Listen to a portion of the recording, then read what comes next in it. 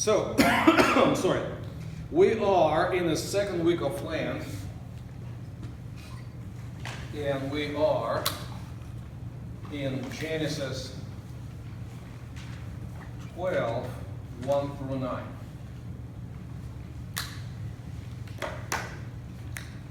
Okay, before we'll go into the text, and it's actually would be awesome if you would grab Bibles. How many do we need? Like 4?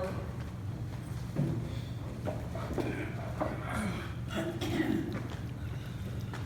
3 for you and 5 for you. Okay, cool. So, because before we'll go into our text itself, we need to kind of settle some of the things. It is very interesting. Luther points out one thing that kind of led me into studying a little bit more.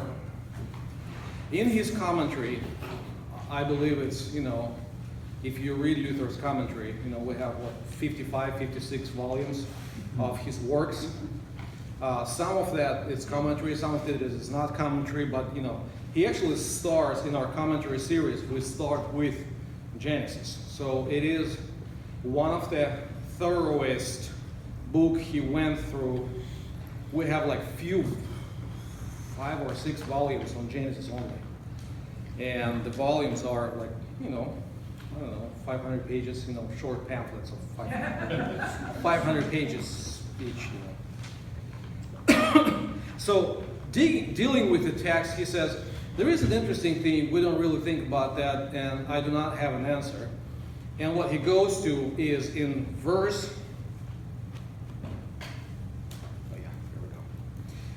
in 11, in the previous verses before chapter 12, okay, we have verse 26, chapter 11. Says that Terah was 70 years old. That's the father of Abram.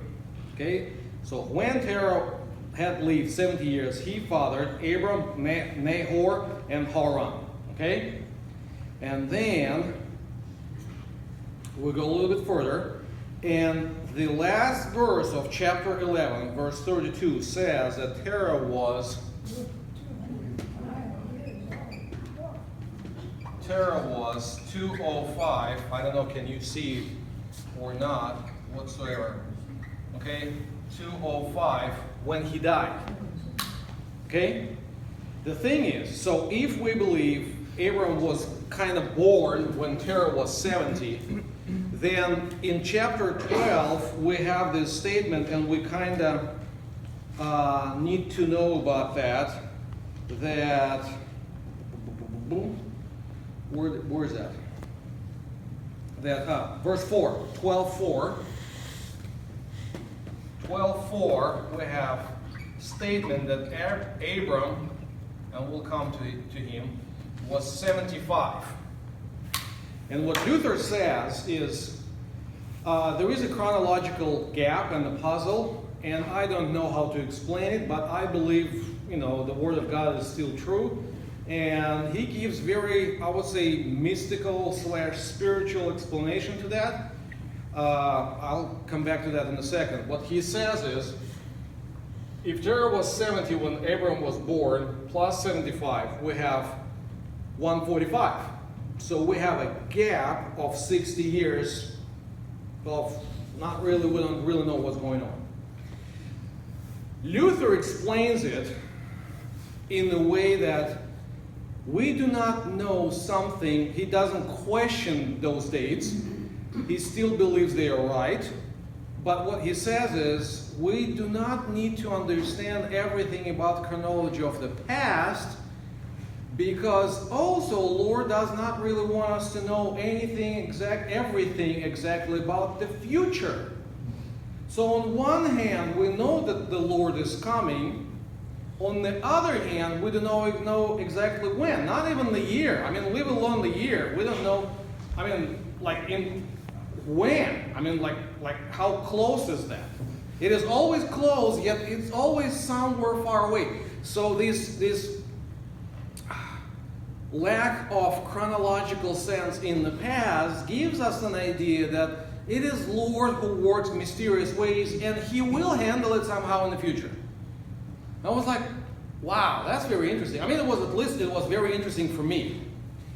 Okay, I think there is a simpler solution to all of that. This is one of the clearest examples that book of Genesis is not always a chronological diary. Okay? What I believe had happened is Abram was born, okay, let's say here, Terah was 70, and Terah died when he was 205. Okay? But when Abram was 75,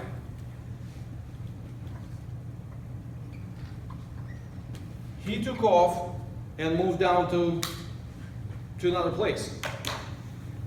My reasoning behind this is very simple. When we see the deaths of patriarchs, for example, Abraham by that time, he had 2 sons. Okay? He had Isaac and Ishmael. And we know, I can find the verse if we need it, I believe it's somewhere chapter 25. I'm not going to go there. Just trust me, or it will be a homework. Go home and find the verse and verify me. What it says there is 2 of these guys came and buried their father. On one hand, it's kind of like a unity, the verse that shows the unity between brothers. However, they did not really like each other, but still, concerning their father figure, it was important for them to be both of them at the grave of their dad. Same thing with Isaac. With death of Isaac, Esau and Jacob came over there and buried the father. Same with the death of Jacob. They even, with the death of Jacob, that's kind of, the story. They actually are in Egypt. So all 12 brothers dressed up, packed up their stuff, moved back, okay, to Hebron where they buried everybody else. So when local Canaanite guys saw them, they were like, oh, it's a bunch of Egyptians. They didn't even consider them to be some Jews or whatever, local native guys who a few years ago, used to bum around them, And so I believe this is just one of the examples. So when we read Genesis, we need to be careful. I think God purposefully actually provided us numbers and figures. So with the death of Terah, let us read one more time, carefully. The days of Terah were 205 years, and Terah died in Haran. And it doesn't say that Abram buried his father. So I believe he was gone for 60 years. He had another son with him. Terah had 3 sons. Now, there is a little bit of geography that we need to know. Okay, we are kind of more or less settled with dates.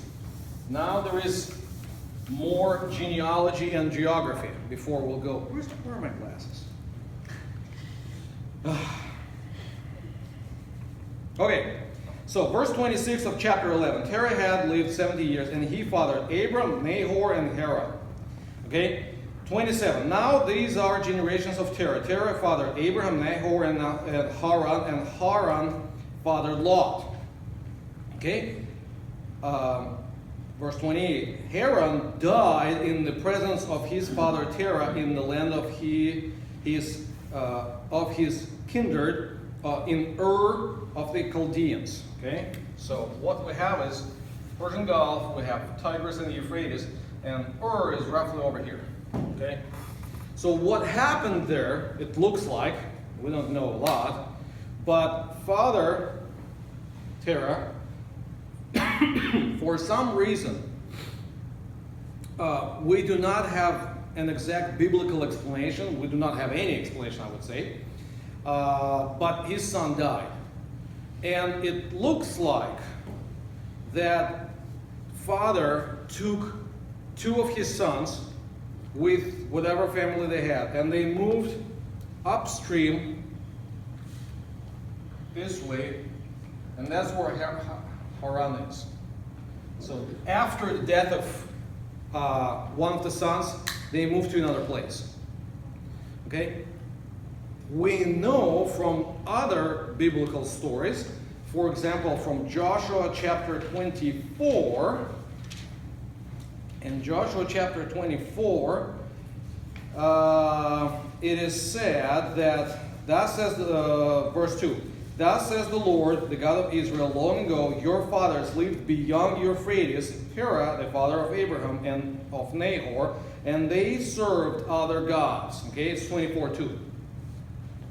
So, when your son dies, and son is your future, okay, that's your next generation. So when son dies, that might mean for this type of people that the gods, or God, okay, whatever they worshipped over there, are not blessing, are not securing the future. So he moved out of this locality because most likely these guys did not believe in one God who covers everything. There were local gods everywhere. Okay, so they moved from Ur, and what I've read and what we kind of know about Ur, it was like a huge megapolis. I mean, huge, like let's say LA. I mean, not necessarily comparison, but still, it's a big, big thing. So, since gods in Ur cannot provide for the future, they just move to Haran. Okay? And over there, it looks like, what it looks to me, over there, God called Abraham, not even from Ur, but from Haran, and that's from Haran, he starts to move down to the, what we now call, Promised Land. Okay? So he goes from here, and we will see some geography involved in our text today. So this happened, and Abraham takes Lot, his nephew, the son of his brother, and his family, but his father, Terah. When Jacob reaches his uncle's family, Laban, okay, he worked for Laban. Then after 20 years, he decides to go back. He decides to go home.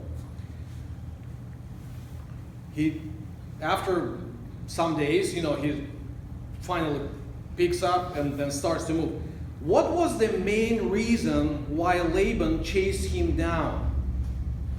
One of the main reasons was that somebody took their gods. Okay? So that means that these guys, even though they were related as a family clan, these guys still were not into Yahweh whatsoever.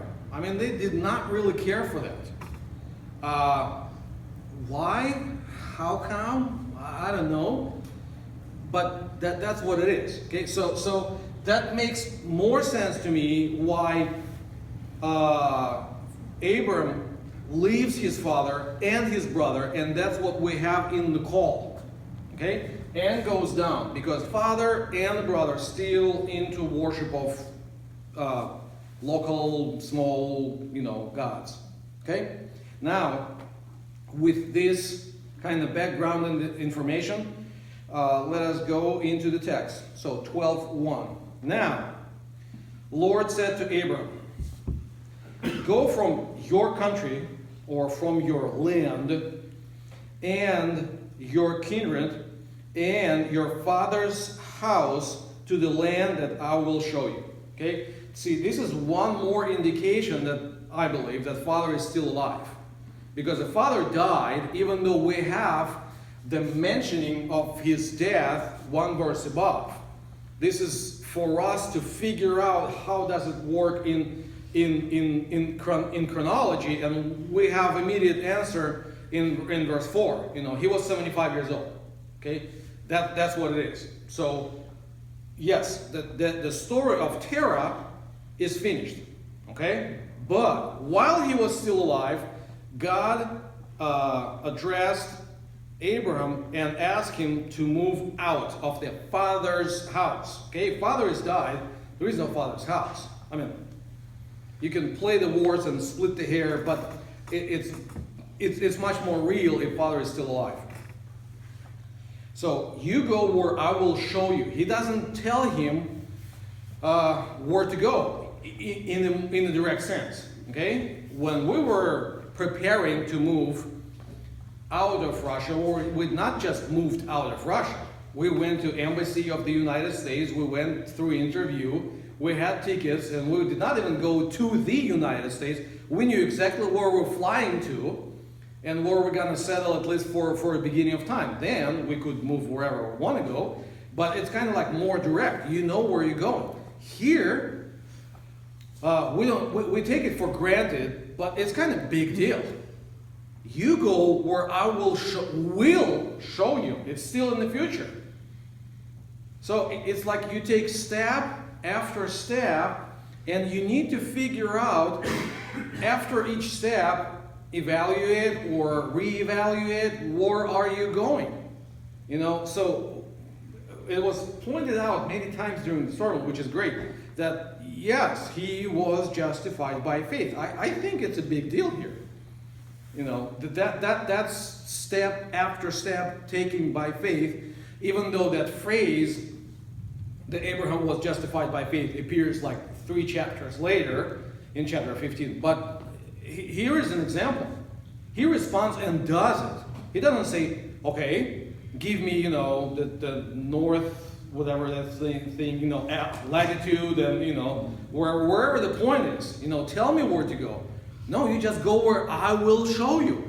And he goes there, and then cool things start to happen. But before that, let's read all the word that how Lord addressed Abraham. Verse 2, and I will make of you a great nation, and I will bless you, and make your name great, so that you will be a blessing. Okay, and I will bless those who will bless you. We'll come back to that. Now stay with that. Okay. We know from chapter 11 that Sarah is barren. Okay? So up to 75-year-old, he does not have kids. Okay? That's kind of another thing, a leap of faith. You know, I will make a great nation out of you.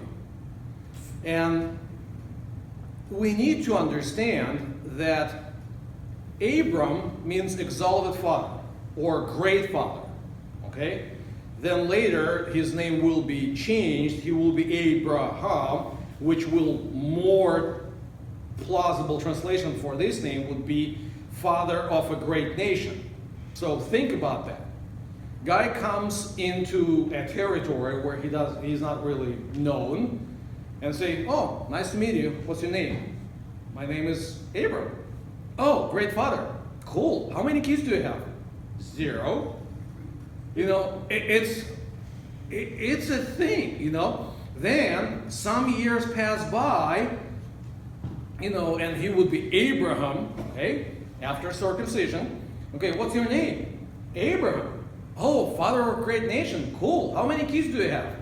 By the end of the story, 1. Okay, Isaac. It's like, really? Who gave you that name? So it's, and he never, I don't really see that he complains about that in the story. There are some questions that he has in his mind, but with relationship to the Lord, they are really faith-based or trust-based. Okay? Why it is important? Because in the previous chapter, if you jump, that's why I said you need the Bibles.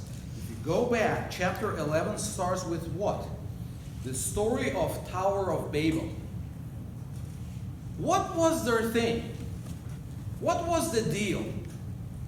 The thing is, they wanted to stay in one place, and they wanted to do what?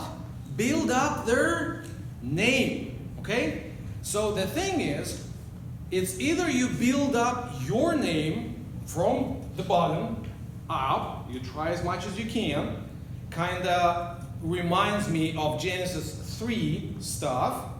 You either make yourself a coverings, or it is given from above, you know, from God. So it's either you will build up your name, I am such a great guy, great businessman, great politician, no political remarks. I mean, we are in 2020, so, we have people like that and who wants to build up their names. But it's either this way or this way, okay? And that's the main difference between biblical faith and all the other faiths, okay? I think I already wrote it once, but just one more time. You have N-shaped belief, not because it's no, but it's just, for me, it's easier to remember. When a person does something for God and hope that God will respond, you bring a sacrifice, you do lots of charity work, I don't know, you win the war, okay? And with an idea, you conquer the lands. With an idea that as a response, God will bless you. Or you have a U-shaped belief, which is, I believe, biblical.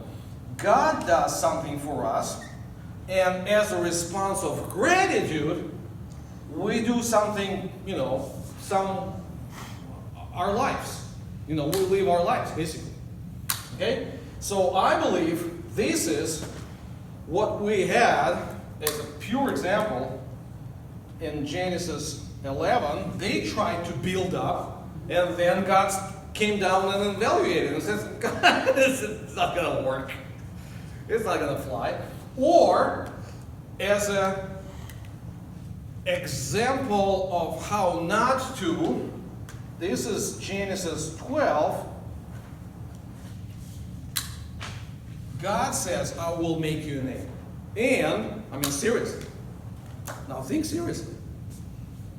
Roughly 3,900 years passed by. We still remember this guy. We still talk about this guy. We still are puzzled with the story. We still try to draw some lessons for our lives. 3,900 years back then. Is his name great? I think so.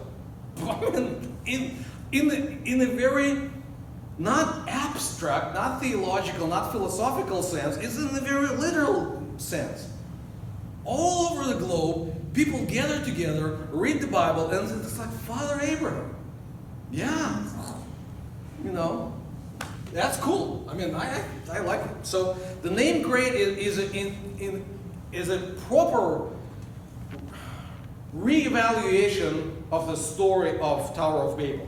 Now, I will bless those who will bless you, and to him who will dishonor you, I will curse. And in you all the families of the earth shall be blessed. Okay? So, on one hand, I will bless those who will bless you. It's kind of beginning of what we will have later as lex talionis, okay, eye for eye and tooth for tooth. Yeah, it's kind of how it works. But again, Bible is different from all the other stuff. If it would stop there, it would be equal to almost any other examples of religious literature. The thing is, I will bless those who will bless you. I will curse, basically, those who will curse you. And if there will be a period, okay, yeah. But I will bless those who will bless you. I will curse those who will curse you. But in you, you will be a blessing to all. So the end is not with an equal statement. I will bless everybody else through you. So you will be a blessing to all the families of the earth. Okay, and so far we have if we count them, it's like 70 different nations. That's why number 70 is kind of important in Scripture. So, and it is. Once I had a meeting I was at the conference in St. Petersburg State University. I presented a paper on Ruth. And on the bus stop, it was like a huge philological conference, and there was one biblical department stuff. And on the bus stop, I met with an Israeli guy from Haifa, who wasn't. We did not cross on during the conference, but I kind of started to talk, and we, oh yeah. Oh. So I present paper on this. He said I present paper on this. And it was like I always had that question. Why the roof, Moabite? How come she got into that story? I said that's what it is. Through Abraham, all the people will be blessed. So it is important. We have many people who are blessed through his example, through his faith, through what he did, and therefore brought Messiah into life. Seriously, leave alone Moabites, they were kind of relatives. But people who are so distant from Israel, Russians, Germans, Americans, everybody, still blessed. And it's great. So, verse 4. So Abram went. So the first 3 verses are basically a proposition. And respond is not Abram started to bargain, not started to complain, what we will have later in the story with Moses. When Moses saw burning bush, he was like, that's very interesting. As soon as the Lord addressed him, read it carefully. Chapter 3 and 4 of Exodus. He says, what about the signs? I'm not really good at speech. Can you send somebody else? Nothing like that. So Abram went. Period. As Lord told him. And Lot went with him. So it looks like he did not even grab Lot. Lot just joined him because he probably realized that Uncle Abram knows something. It happens in our lives. When we, I want to stick to this guy. He something is different. So Abram was 75 years old when he departed from Haran. Okay, so that's when they started to go down.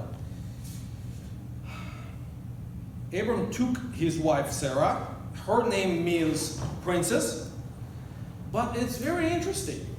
The word Sar in Hebrew, which is more like a masculine form, Sar, means prince, but not necessarily in the sense that we think princes are.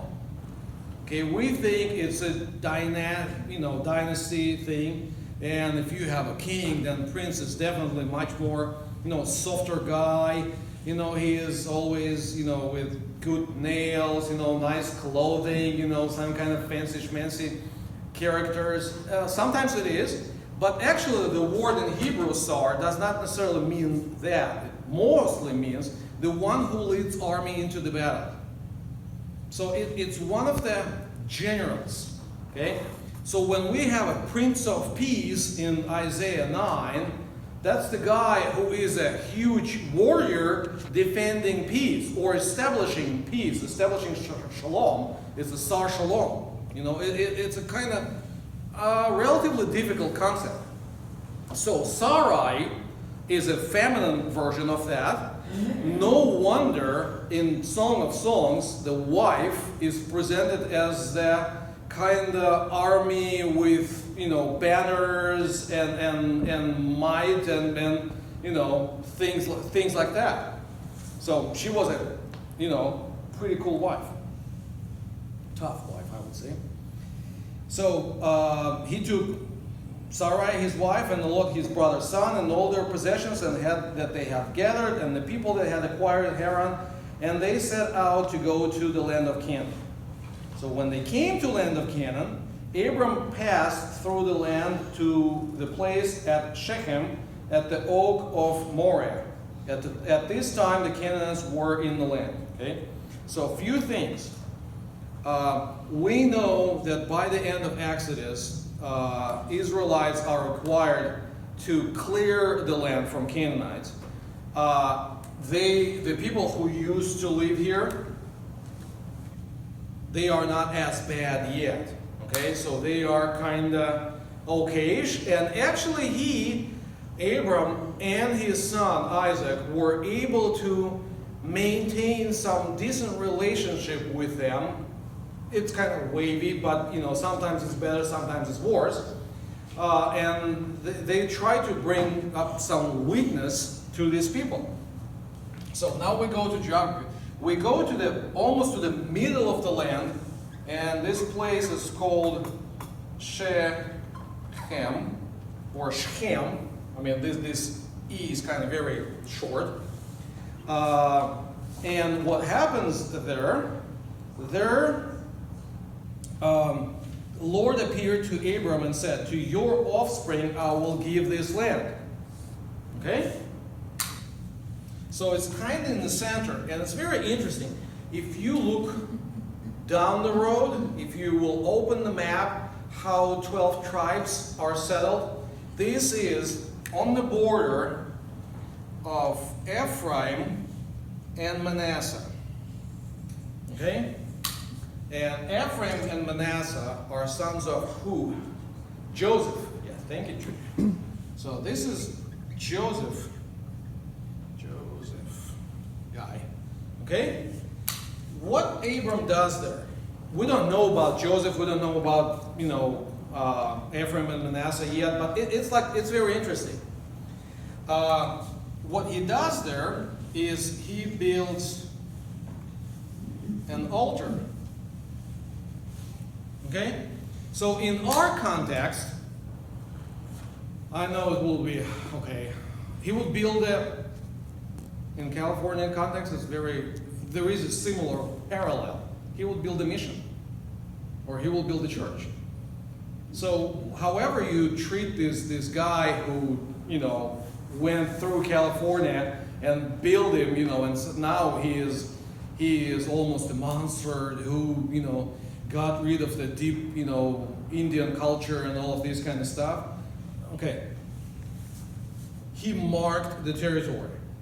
This place belongs to the worship of God. The God, okay? The Lord our God, okay? Now he moves a little bit down south,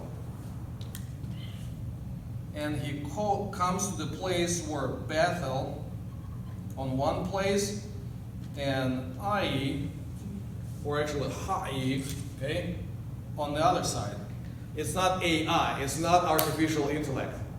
It was like so fun to hear it today from the pulpit. And he moved to the place AI. I was like, it's not robotic stuff, but it's cool. So he goes there and he does the same thing. He builds another altar.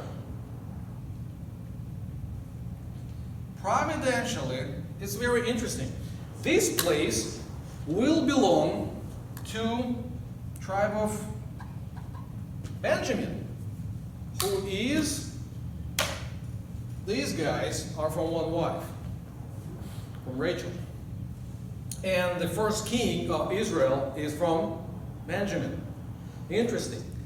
So what Abram does right now is he marks the territory. He shows that this territory it's his beginning of his witness. Okay?